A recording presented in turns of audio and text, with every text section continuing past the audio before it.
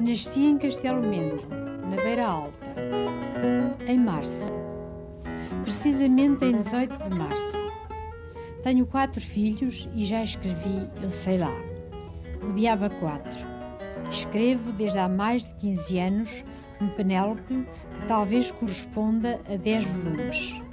E reescrevo-a e volto a escrevê-la. É a minha busca do tempo perdido. O tempo foi curto para Alice Sampaio. Dos 10 volumes programados para Penélope, apenas 2 foram concluídos e só um deles publicado. A escritora tinha 56 anos quando morreu, em Lisboa, no ano de 1983. A aldeia da Raia, onde nasceu, acompanhou-a por toda a vida e está impressa nos livros que deixou. Da miséria do interior de Portugal, na primeira metade do século XX, à esmagadora força de uma natureza omnipresente. O grande entretém na altura era estar no campo, que era um grande entretém, e esse contacto com a natureza que nós perdemos muito na cidade. E eu acho que isso é fundamental também na obra da minha mãe, e eu acho isso mesmo muito um dos aspectos mais interessantes também da obra dela, essa proximidade da natureza, esse compreender, e eu acho que isso é muito a visão que ela tem, que eu acho que é muito interessante, que é essa visão um bocadinho cósmica, de nós sermos uma coisa muito pequenina no meio de uma natureza que nos ultrapassa imenso, e depois simultaneamente uma identificação com essa natureza. Há coisas muito bonitas que ela diz, de olhar para o gafanhoto, olhar para o girassol, e em todos os livros isso acontece. Há uma grande simbiose, é como perceber que a espécie humana é uma espécie muito próxima de todas as outras.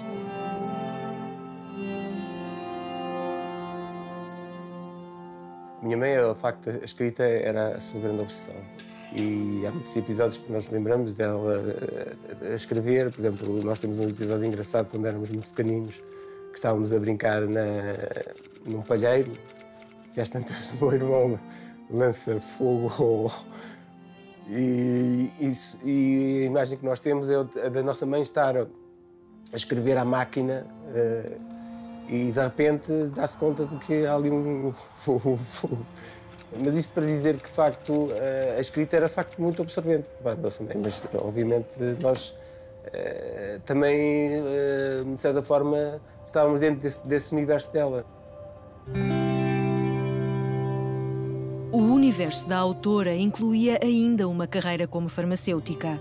Apesar de ter terminado a licenciatura já depois de casada, Alice Sampaio nunca desistiu de perseguir um percurso profissional. Algo raro naquele tempo, que conseguiu concretizar com o apoio incondicional de uma figura determinante.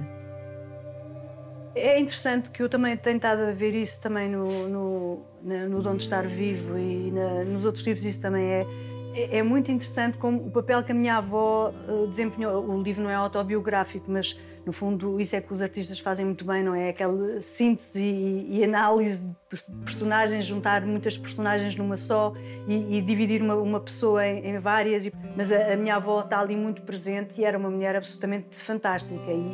E o que ela conseguiu fazer pelos filhos todos, em insistir, porque o meu avô era um bocadinho mais, ele tinha aquele lado morgado no sangue e, portanto, por ele tudo, os filhos iam para padres e as filhas para criadas dos padres, e isso era a ordem natural das coisas. E a minha avó insistiu muito com a minha mãe, que a minha mãe também tinha tanto direito como os 2 irmãos. A minha mãe, uma das facetas que ela tinha, de facto, era uma pessoa que batalhava muito pela emancipação da mulher e pela mulher. É curioso é que, passados 60 anos, essas lutas, nomeadamente pela igualdade salarial, etc., se mantêm atuais, o que por um lado, é uma pena, não é? Mas significa que há muitas coisas que se mantêm atuais. Essa faceta da nossa mãe é uma faceta muito interessante, porque ela foi uma pessoa que lutou sempre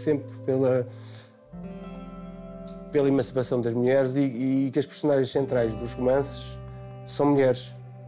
E, por acaso, o Saramago, numa das críticas que faz ao Dom de Estar Vivo, uma das coisas que ele destaca é justamente no Dom de Estar Vivo, a personagem da mãe, que é a personagem, a heroína. E há também a peça de teatro, que é a Dona Leonor Rainha Maravilhosamente, em que a minha mãe, no fundo, altera o verbo para rainha, portanto, a Dona Leonor a reinar e não a reinar, e transforma a Dona Leonor numa grande heroína. Presta atenção agora, pois terás farta recompensa se bem cumprires o que vou ordenar-te. Dizei, senhora. Levarás à prisão a ordem de soltura do mestre Davi.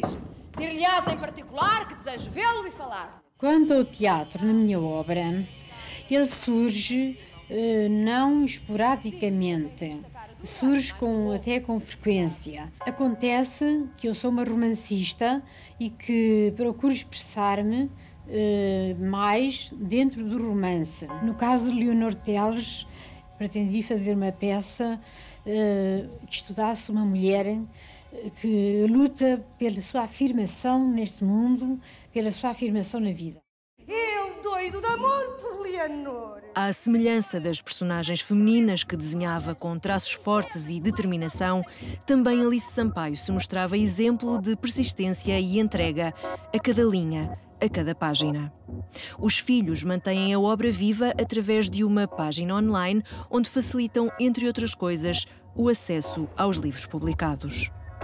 O mais importante para mim e para os meus irmãos, o que seria que, de facto, as pessoas lessem a obra da nossa mãe, porque nós consideramos, de facto, que é uma obra de qualidade, não é só pelo facto de ser a nossa mãe. É curioso que, por exemplo, a nossa mãe nunca tinha sido lida no Brasil e com o site que nós fizemos conseguimos que começasse a ser lida no Brasil. Outro dia estava a ler, a propósito do Cânon, que saiu um livro chamado Cânon, e um dos autores falava do injustamente esquecido. Eu não acho que haja aqui injustiça.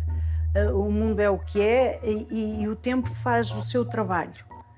Agora, o que eu acho é que esta seleção que o tempo faz, este filtro que o tempo tem, não é um filtro anódino. É interessante pensar que filtros é que fazem isso, que filtros é que fazem com que X seja lido e Y não seja. Obviamente, em princípio, nós achamos que é o da qualidade e do talento e do gênio e dessas coisas todas. Mas será o filtro perfeito? Eu acho é que o filtro é sempre imperfeito. E o filtro que foi feito às mulheres é um filtro terrível, de certa maneira, porque foram silenciadas. Não estou a dizer que é o caso da minha mãe. Minha mãe teve a sorte de conseguir publicar por força dela, obviamente, por força do apoio que ela teve do meu pai também e das circunstâncias, mas com a coragem que ela teve. Mesmo depois, o que acontece é que a minha mãe, os primeiros livros foram feitos pela Bertrand e pela Arcádia, por editoras conhecidas na altura, e depois deixou de ter esse apoio e continua a publicar com edições de autor. Eu acho isso uma coisa muito corajosa e eu tenho a certeza que a minha mãe continuaria a publicar sempre, e continuaria a escrever sempre.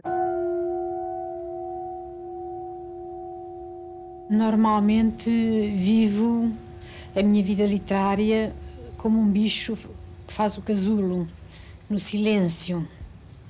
Se ela representa alguma coisa de importante ou não, não sei. Sei que tem sido produzida no silêncio e sempre teimosamente, teimosamente, teimosamente.